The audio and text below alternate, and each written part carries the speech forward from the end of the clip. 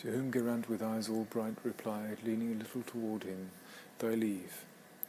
Let me lay lance in rest, O noble host, for this dear child. Because I never saw, though having seen all beauties of our time, nor can see elsewhere anything so fair. And if I fall, her name will yet remain untarnished as before. But if I live, so aid me heaven, when at mine uttermost, as I will make her truly my true wife." Then howsoever patient Enid's heart danced in his bosom.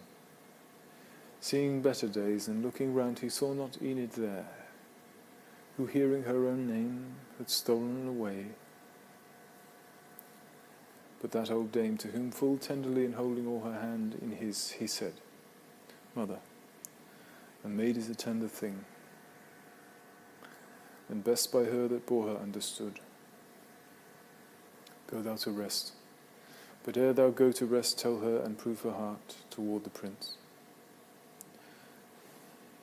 So spake the kindly-hearted earl, and she, with frequent smile and nod departing found, half disarrayed as to her rest, the girl, whom first she kissed on either cheek, and then on either shining shoulder laid a hand, and kept her off, and gazed upon her face.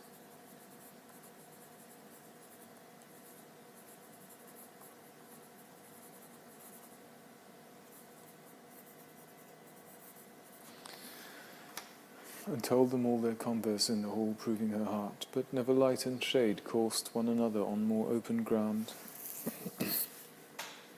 Beneath the troubled heaven, and red and pale across the face of Enid, hearing her, while slowly falling as a scale that falls when weight is added only grain by grain, sank her sweet head upon her gentle breast. Nor did she lift an eye nor speak a word, wrapped in the fear and in the wonder of it. So moving without answer to her rest, she found no rest, and never failed to draw the quiet night into her blood. But lay, contemplating her own unworthiness, and when the pale and bloodless east began to quicken to the sun, arose and raised her mother too, and hand in hand they moved down to the meadow where the jousts were held, and waited there for Enid and Geraint.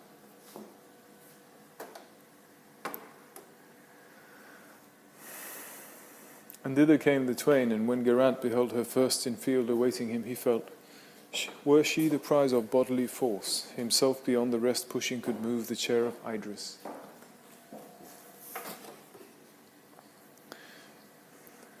Enid's rusted,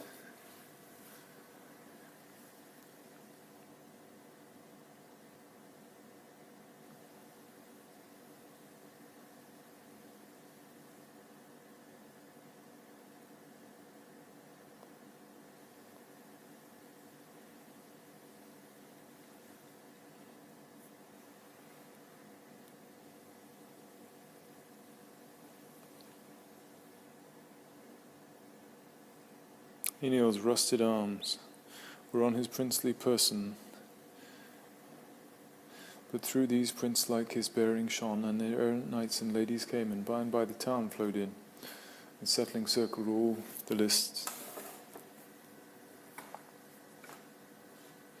And there they fixed the forks into the ground, and over these they placed the silver wand, and over that the golden sparrowhawk. Then Enid's nephew, after trumpet blown, spake to the lady with him, and proclaimed, "Advance and take, as fairest of the fair, what I these 2 years past have won for thee, the prize of beauty." Loudly spake the prince, "Forbear, there is a worthier."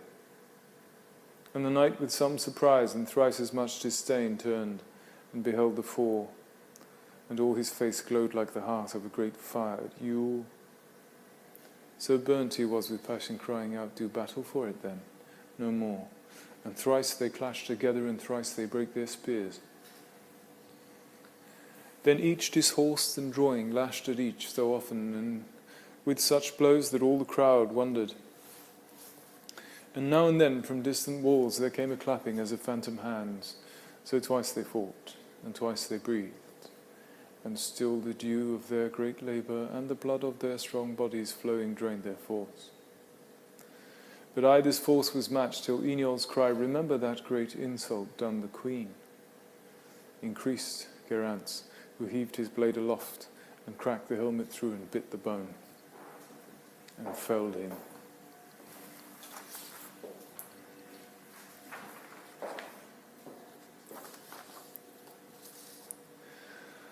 And set foot upon his breast and said, "Thy name?"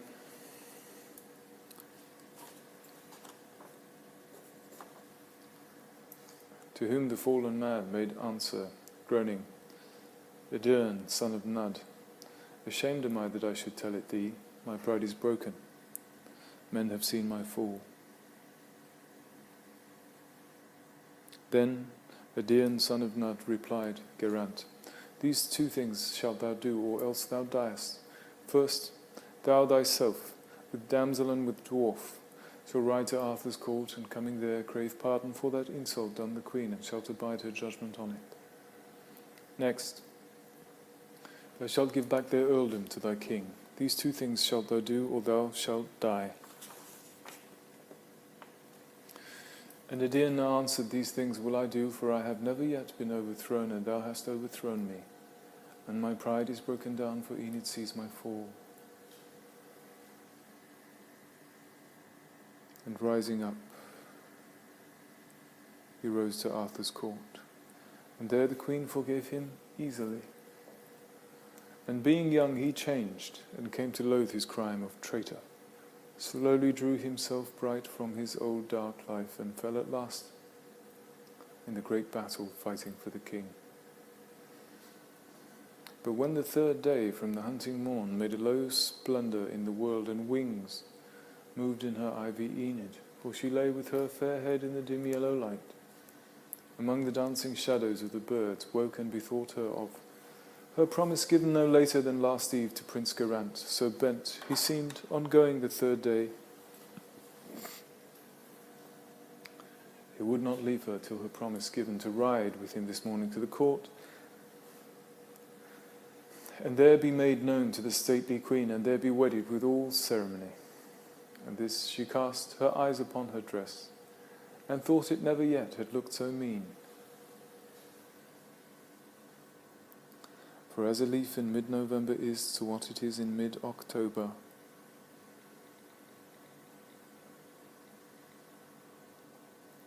seemed the dress that now she looked on to the dress she looked on ere the coming of Geraint.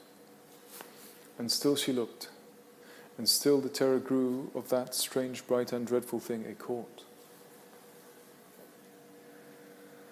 all staring at her in her faded silk. And softly to her own sweet heart she said, "This noble prince who won our earldom back, so splendid in his acts and his attire, sweet heaven, how much shall I discredit him? Why, he could tarry with us here a while, but being so beholden to the prince, it were but little grace in any of us, bent as he seemed on going this third day, to seek a second favour at his hands. Yet if he could but tarry a day or two, myself would work eye dim and finger lame, far liefer than so much discredit him." And Enid fell in longing for a dress all branched and flowered with gold, a costly gift of her good mother, given her the night before her birthday 3 sad years ago, that night of fire, when Geraint sacked their house.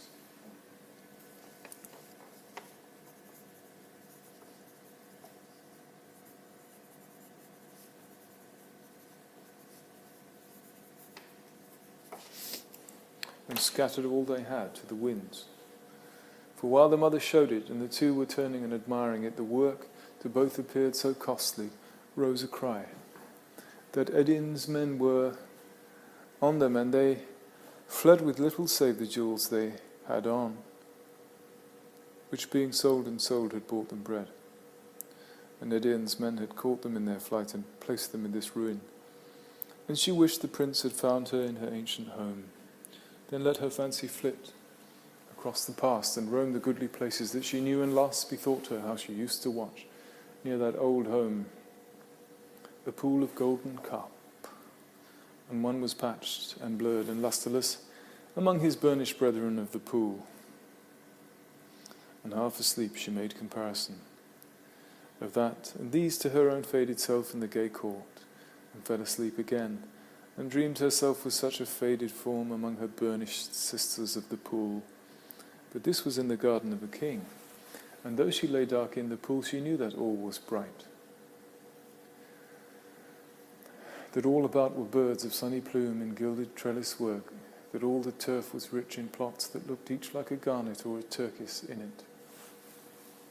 And lords and ladies of the high court went in silver tissue, talking things of state, and children of the king in cloth of gold glanced at the doors or gambled down the walks.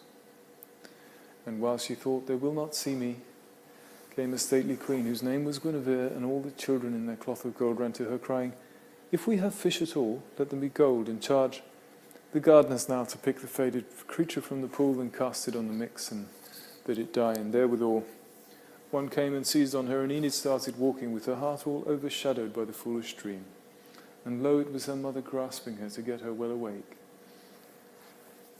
And in her hand a suit of bright apparel, which she laid flat on the couch and spoke exultingly, "See here, my child, how fresh the colours look, how fast they hold, like colours of a shell that keeps the wear and polish of a wave." "Why not? It never yet was worn, I trow. Look on it, child, and tell me if you know it." And Enid looked, but all confused at first, could scarce divide it from her foolish dream.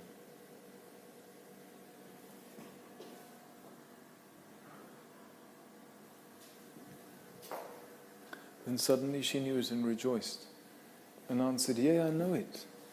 Your good gift so sadly lost on that unhappy night. Your own good gift, yea, surely," said the dame, "and gladly given again this happy morn. For when the jousts were ended yesterday, went Enid through the town, and everywhere he found the sack and plunder of our house all scattered through the houses of the town, and gave command that all which once was ours should now be ours again. And yestereve